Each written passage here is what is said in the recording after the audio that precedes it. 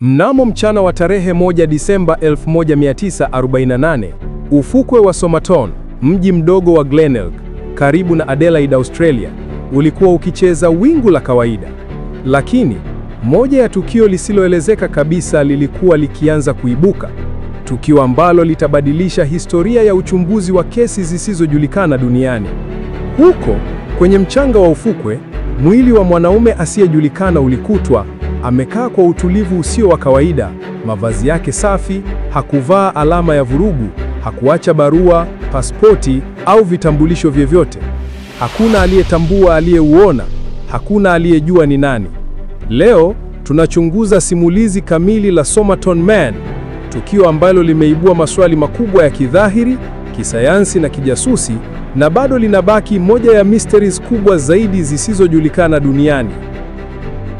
Mtazamaji wangu, na kuomba msaada, na msaada huu ninaokuomba si wa hela, bali ni kama ifuatavyo: nisaidie kusubscribe na kulike, na pia ucomment.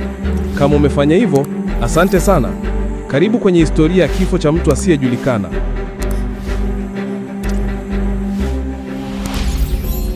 Tarehe 1 Disemba mwaka 1948, ufukwe wa Somerton ulioko karibu na mji wa Glenelg, Adelaide, Australia Kusini. Siku ilikuwa ya kawaida, upepo mwanana kutoka baharini. Watu wachache walikuwa wakifurahia mchana wa kiangazi. Lakini siku hiyo ingetengeneza historia, kwa sababu tukio lililotokea halijawahi kufutika katika kumbukumbu za uchunguzi wa uhalifu duniani. Katika mchanga wa ufukweni, mwili wa mwanaume ulionekana umelala kimya. Alikuwa ameketi kana kwamba amelala kwa amani. Alikuwa amevaa vizuri, suti safi, shati jeupe lililopigwa pasi, tai iliyonyooka na viatu vilivyong'aa kana kwamba vimeandaliwa kwa tukio maalum. Lakini sura yake haikutoa majibu yoyote. Hakuna aliyetambua uso huo. Hakuna mtu aliyekuja kudai mwili huo. Uchunguzi wa awali ulionyesha mambo ya kushangaza. Hakukuwa na alama za mapigano. Hakukuwa na damu, majeraha, wala dalili za kujeruhiwa. Hata uso wake ulionekana wa kawaida, kana kwamba usingizi umemchukua. Hii ilitofautiana sana na vifo vya kawaida vinavyotokea ufukweni. Polisi walichanganyikiwa, lakini walipompekua kwa makini, walipata jambo la kwanza la kushangaza. Kwanza kabisa, hakukuwa na kitambulisho chochote mfukoni. Hakukuwa na pasipoti wala nyaraka. Kwa kweli, hata lebo zote za nguo zilikuwa zimekatwa. Mavazi yake yalikuwa safi, lakini kila chapa au alama iliyoweza kutambulisha chimbuko lake ilikuwa imeondolewa. Hii iliwapa polisi ishara ya kwanza kwamba huenda huyu hakuwa mtu wa kawaida. Mwili ulipelekwa hospitali ya Adelaide kwa uchunguzi wa kitabibu. Daktari aliyemchunguza, Sir John Barton Cleland, alibaini mambo zaidi ya kushangaza. Mwili ulikuwa katika hali nzuri. Mtu huyo alionekana mwenye afya njema kabla ya kifo. Tumbo lake lilikuwa jaa tali chakula, ikionyesha alikula muda mfupi kabla ya kifo. Kulikuwa na dalili ndogo ya damu kujaa ndani ya ini na wengu, ishara zinazoweza kuendana na sumu. Lakini jambo la kushangaza ni kwamba vipimo vyote vya sumu vilivyopatikana wakati huo havikuonyesha kitu chochote. Hakukuwa na alama ya arsenic, cyanide wala sumu nyingine maarufu zilizotumika wakati huo. Daktari alikisia kuwa huenda alipewa digitalis au aina nyingine ya sumu ambayo haiwezi kugunduliwa kirahisi na teknolojia ya 1948. Kwa hivyo, sababu ya kifo ilibaki isiyojulikana. Polisi waliorodhesha mavazi aliyovaa: suti ya rangi ya hudhurungi iliyoshonwa taalamu, shati jeupe safi, tai nyekundu, suruali ya kitani safi, viatu vilivyong'aa kana kwamba vimeandaliwa kwa tukio maalum. Lakini kitu cha ajabu zaidi, alikuwa amevaa kofia ya aina ya karne ya 20, lakini hakuonekana na koti licha ya kuwa ilikuwa baridi sana usiku huo. Hakukuwa na pochi wala nyaraka yoyote ya kusafiri. Hili lilizua maswali. Je, mtu huyu alikuwa raia wa Australia au alikuwa mgeni aliyewasili kwa siri? Siku kadhaa baadaye, polisi waligundua kitu kingine cha kushangaza. Katika stesheni ya reli ya Adelaide, Sanduku dogo la safari, suitcase, lilikuwa limeachwa bila kudaiwa tangu tarehe 30 Novemba, siku moja kabla ya mwili kupatikana. Walipolifungua, wakakuta kitu, nguo safi, lakini lebo zote pia zilikuwa zimeondolewa. Brashi ya meno, vifaa vya kuoga na kifaa cha kushona nguo, penseli na vifaa vidogo vya uandishi, jozi nyingine ya panti na koti lililoshonwa kwa ufundi wa hali ya juu, lakini hakukuwa na hati yoyote wala kitu kinachoonyesha jina lake. Suitcase hii iliwaacha polisi na maswali zaidi. Ilikuwa kana kwamba mtu huyu alikusudia kufuta utambulisho wake wote kabla ya kifo chake. Baada ya wiki kadhaa, uchunguzi ulipata ushahidi wa ajabu zaidi. Mfukoni mwa suruali ya mwanaume huyu kulikuwa na kipande kidogo cha karatasi kilichokunjwa. Karatasi hiyo ilikuwa na maneno mawili tu: Tamam Shud. Maneno haya yalikuwa ya Kipersia, yakimaanisha imeisha au imekamilika. Ni maneno yanayopatikana kwenye kitabu cha mashairi ya Kiarabu na Kipersia, Rubaiyat cha Omar Khayyam. Polisi walihangaika. Walituma ujumbe kwa umma. Je, nani anayetambua kitabu hiki? Ndipo mtu mmoja aliripoti kuwa alikuta kitabu cha Kirubaiyat kikiwa limeachwa kwenye gari yake karibu na eneo la ufukwe. Ukurasa wa mwisho ulikuwa umekatwa na ndiyo sehemu ambayo maneno Tamam Shud yalikuwa yameondolewa. Kwa hivyo, kipande kilichopatikana mfukoni mwa Somerton Man kilitoka kwenye kitabu hicho. Hii ilikuwa ishara kwamba mtu huyu alihusishwa moja kwa moja na kitabu hicho. Lakini zaidi ya hapo, ndani ya jalada la kitabu kulikuwa na kitu kingine. Katika ukurasa wa nyuma wa kitabu kulikuwa na maandishi ya ajabu. Yalikuwa kama msururi wa herufi zisizokuwa na maana, zikionekana kama code. Mfano, WRGOBABD, MLIOI, WTBIMPNATP. Polisi waliamini ni ujumbe wa siri. Walihusisha wachambuzi wa kijeshi waliokuwa wamebobea kwenye decoding, lakini hakuna aliyeweza kufumbua siri hii. Hadi leo, hakuna anayejua maana ya maneno hayo. Kuna waliodania kuwa ni kumbukumbu ya mashairi, wengine walisema ni kodi ya kijasusi, na wengine waliona ni kumbukumbu za kifamilia, lakini hakuna jibu la moja kwa moja lililopatikana. Katika ukurasa wa nyuma wa kitabu kulikuwa na maandishi ya ajabu. Yalikuwa kama msururi wa herufi zisizokuwa na maana, zikionekana kama code. Mfano, WRGOBABD, MLIOI, WTBIMPNATP. Polisi waliamini ni ujumbe wa siri. Walihusisha wachambuzi wa kijeshi waliokuwa wamebobea kwenye decoding, lakini hakuna aliyeweza kufumbua siri hii. Hadi leo, hakuna anayejua maana ya maneno hayo. Kuna waliodania kuwa ni kumbukumbu ya mashairi, wengine walisema ni kodi ya kijasusi, na wengine waliona ni kumbukumbu za kifamilia, lakini hakuna jibu la moja kwa moja lililopatikana. Polisi walipochapisha habari kuhusu kitabu hicho, walipokea taarifa kutoka kwa mwanamke aitwaye Jessica Thompson, anayejulikana pia kama Joe. Aliishi karibu na eneo la Glenelg. Wakati kitabu hicho kilipomwonyeshwa, alionekana kustuka, lakini alikana kumjua mwanaume huyo. Hata hivyo, polisi waliamini alikuwa na uhusiano fulani. Kwa nini? Kwa sababu namba za simu zilizopatikana ndani ya kitabu zilihusiana moja kwa moja na nyumba yake. Jessica Thompson alikataa kuzungumza zaidi. Aliendelea kushikilia msimamo wake kwamba hakumjua Somerton Man, lakini polisi walihisi vinginevyo. Na hapo ndipo siri ya Somerton Man ilizidi kuwa nzito zaidi. Mwanaume aliyevaa vizuri, aliacha kila kitu cha kumtambulisha kikatwe, aliye na karatasi ya ajabu ya Tamam Shud mfukoni mwake na kitabu kilichokuwa na kodi za ajabu kikiachwa karibu. Je, alikuwa jasusi wa vita baridi? Je, aliuawa kwa siri kubwa ya kiserikali? Au ilikuwa ni tukio la mapenzi lililoishia kwa kifo?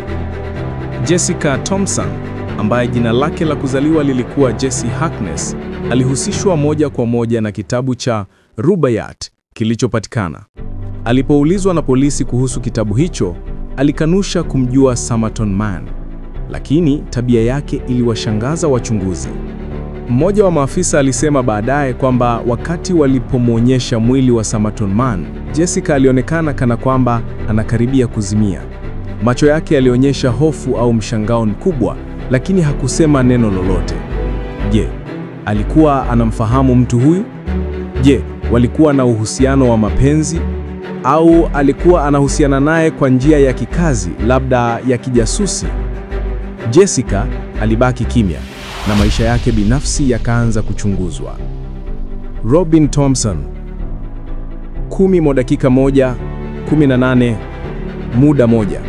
Jessica alikuwa na mtoto mchanga wakati huo aliyeitwa Robin Thompson. Miaka mingi baadaye, wachunguzi wa DNA na watafiti walipoangalia picha za Robin, waligundua kitu cha kushangaza. Robin alikuwa na masikio ya kipekee sana, yenye umbo lisilo la kawaida, sawa kabisa na yale ya Somerton Man. Pia alikuwa na meno ya mbele yenye pengo lisilo la kawaida, tena sawa na Somerton Man. Kwa macho ya kisayansi, uwezekano wa kufanana kwa alama hizo mbili pekee ni mdogo sana. Hii ilisababisha nadharia kwamba huenda Robin alikuwa mtoto wa Somerton Man, na kwa hivyo Jessica Thompson alikuwa na uhusiano wa karibu naye. Lakini Jessica kamwe hakukiri jambo hilo. Aliendelea na maisha yake akijitenga na mahojiano. Nadharia za kijasusi 1801 hadi 3000. Kwa nini mwili huu uliachwa bila kitambulisho? Kwa nini nguo zake zote zilikuwa zimeondolewa lebo? Kwa nini kulikuwa na kodi isiyoweza kufumbuliwa? Wachambuzi wengi walianza kuamini kuwa Somerton Man alikuwa jasusi. Mwaka 1948 ulikuwa mwanzo wa vita baridi, kipindi ambacho Urusi, Marekani na washirika wao walikuwa wakichunguzana kwa ukaribu. Australia, ikiwa mshirika wa karibu wa Marekani na Uingereza, ilikuwa na shughuli nyingi za ujasusi. Nadharia kuu ziliibuka. Moja, aliuawa na shirika la kijasusi la kigeni kwa sababu alijua siri kubwa. 2, alikuwa jasusi aliyeshindwa na misheni yake na kifo chake kilipangwa kuonekana kama ajali. 3, sumu isiyogundulika aliyokufa nayo ilikuwa aina ya kemikali ya kisasa ya vita baridi ambayo haikuwa ikijulikana kwa umma wakati huo. Polisi walipojaribu kutafuta jina lake katika rekodi za kijeshi au za wahamiaji, hawakupata chochote. Ilikuwa kana kwamba mtu huyu hakuwepo kabla ya kifo. Sauti kutoka umma 3001 hadi 4000. Baada ya picha za Somerton Man kuchapishwa kwenye magazeti, watu kadhaa walijitokeza kudai walimfahamu. Mtu mmoja alisema alimwona akitembea usiku ule karibu na ufukwe. Mwanamke mwingine alidai alimwona akipanda basi mapema siku hiyo. Wengine walidhani walimtambua kama mwanamume aliyewahi kuishi Sydney au hata kutoka Marekani. Lakini ushahidi huu wote haukuwa na uthibitisho. Hakuna aliyetoa jina halisi wala familia iliyoibuka kumdai. Kesi hii ilibaki kama sauti ya watu wengi isiyo na uthibitisho. Uchambuzi wa kitabu 4001 hadi 5500. Kitabu cha Rubaiyat kilichopatikana kilichambuliwa kwa kina.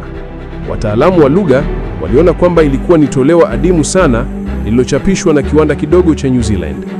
Hii ilimaanisha nakala hiyo ilikuwa na reri na ilikuwa vigumu sana kumpata mtu mwenye kitabu hicho. Karatasi yenye maneno Tamam Shud ilikuwa imekatwa kwa ustadi, kana kwamba na mtu mwenye nia ya kuficha ujumbe maalum. Quotes zilizopatikana ndani yake ziliwapa changamoto wapelelezi. Wengine waliona herufi hizo zinafanana na patterns za kodi za kijeshi. Wengine wakaona zinaweza kuwa ni initials za mistari ya mashairi. Lakini pamoja na juhudi zote, hakuna aliyewahi kufumbua siri hiyo kikamilifu. Hadi leo, kodi hiyo inabaki kuwa kitendawili cha milele.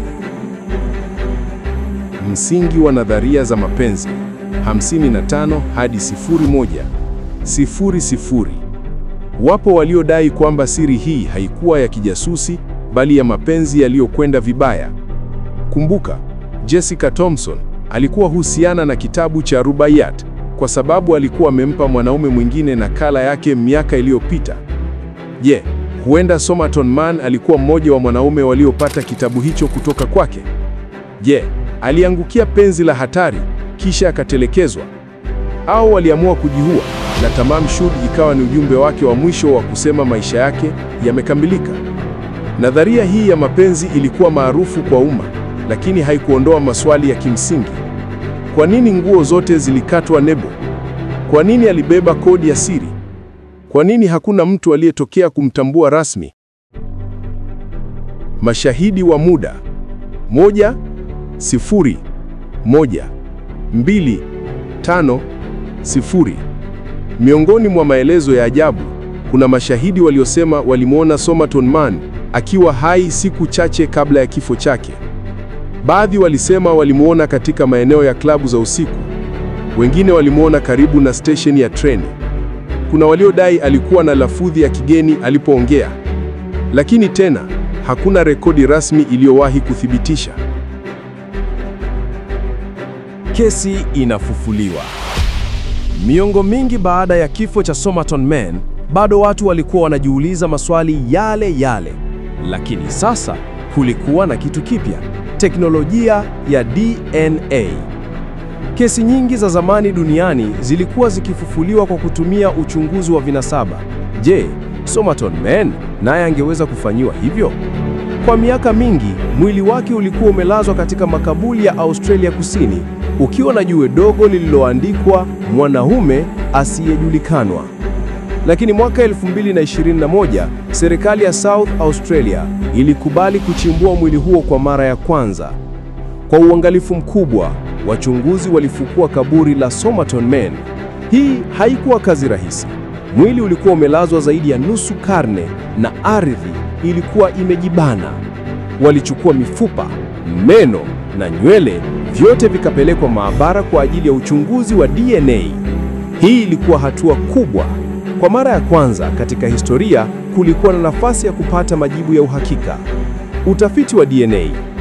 Wanasayansi walitumia mbinu ya genetic genealogy, njia inayotafuta uhusiano wa kifamilia kupitia DNA na kulinganisha na mamilioni ya rekodi katika database za nasaba. Mchakato huu ulikuwa mgumu sana, lakini baada ya miezi ya uchambuzi, kitu kikubwa kilifanyika. Waligundua jina Carl au Charles Webb. Kwa mara ya kwanza baada ya miaka zaidi ya 70, Somerton Man alipata jina. Utambulisho. Carl Webb alikuwa nani? Alizaliwa mwaka 1905 huko Melbourne, Australia. Alikuwa fundi umeme na pia mtu aliye na mapenzi makubwa kwa mashairi na muziki. Pia alijulikana kwa matatizo ya ndoa na familia. Kumbukumbu zinaonyesha kuwa alitengana na mke wake miaka michache kabla ya kifo chake. Lakini bado kulikuwa na maswali. Kwa nini alikufa Adelaide, mbali na nyumbani kwake? Kwa nini hakuwa na kitambulisho chochote? Na je, kweli alikuwa jasusi au kifo chake kilikuwa matokeo ya maisha yake binafsi? Kuvunjika kwa nadharia za kijasusi. 5501-1500. Kupatikana kwa jina Carl Webb kulibadilisha mwelekeo wa uchunguzi. Kwa miongo kadhaa, watu walidhani Somerton Man alikuwa jasusi wa vita baridi, lakini ushahidi mpya ulionekana kuonyesha vinginevyo. Hakukuwa na rekodi zozote za kijeshi, hakukuwa na historia ya ujasusi. Inawezekana kabisa kwamba Somerton Man hakuwa jasusi, bali mtu wa kawaida ambaye maisha yake yalijikuta yakihusiana na fumbo kubwa, lakini bado kifo chake kilikuwa cha ajabu mno. Sababu ya kifo 1501-1550. Hadi leo bado hakuna jibu thabiti kuhusu sababu ya kifo chake. Uchunguzi wa kwanza wa mwaka 1948 ulionyesha dalili za sumu, lakini hakuna kemikali iliyopatikana mwilini. Wanasayansi wa leo wanapendekeza mawazo tofauti. Huenda alikunywa sumu isiyoweza kugundulika kwa vifaa vya wakati huo, au huenda alikufa kwa ugonjwa wa moyo au hali nyingine ya kiafya. Pia wapo wanaoamini alienda kujiua na maneno tamam shud yalikuwa ujumbe wake wa mwisho. Hakuna kati ya mawazo haya yaliyothibitishwa kwa 100%. Kwa miaka mingi, mjadala ulihusu pia Jessica Thomson na mtoto wake Robin. Wataalamu wa DNA walipochunguza uhusiano kati ya ukoo wa Carl Webb na wa Robin, waligundua kitu cha muhimu: hakukuwa na uhusiano wa moja kwa moja. Kwa maneno mengine, Robin Thomson hakuwa mtoto wa Somerton Man. Hii ilivunja moja ya nadharia maarufu zaidi ambazo watu waliziamini kwa miongo mingi. Lakini bado swali lilibaki: kwa nini Jessica Thomson alionekana na hofu kubwa alipomwona Somerton Man? Je, walikuwa wanajuana kwa njia fulani, au waliona tu sura isiyotarajiwa na kuguswa kihisia? Hilo halijulikani. Ulimwengu unavyokumbuka, Kesi ya Somerton Man sasa imekuwa hadithi ya kidunia. Wanafunzi wa ujasusi hujifunza kuhusu fumbo hili kama mfano wa jinsi maswali madogo yanavyoweza kubaki bila majibu kwa miongo mingi. Mashabiki wa historia huona kisa hiki kama moja ya mafumbo makubwa zaidi ya karne ya 20. Wanasayansi wa DNA huona kama ushindi wa teknolojia ya kisasa iliyoleta majibu baada ya zaidi ya miaka 70. Mwisho wa safari. Sasa tunajua jina, Carl Webb. Tunajua alikuwa nani, alitoka wapi na kidogo kuhusu maisha yake. Lakini bado hatujui kikamilifu ni kwa nini alikufa namna ile na kwa nini siri ilizunguka maisha yake ya mwisho.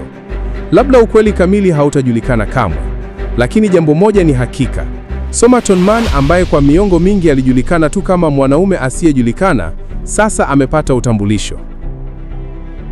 Hii ndiyo safari ya ajabu ya zaidi ya nusu karne, kutoka ufukwe wa Somerton mwaka 1948 hadi maabara za DNA mwaka 2021. Ni simulizi la kifo, fumbo na hatimaye utambulisho. Wakati mwingine majibu tunayoyatafuta huchukua miongo kupatikana, na wakati mwingine hata majibu yakipatikana, maswali mengine mapya huzaliwa. Hivyo basi, kifo cha Somerton Man kimebaki kuwa moja ya simulizi kubwa zaidi katika historia ya Australia na duniani kote.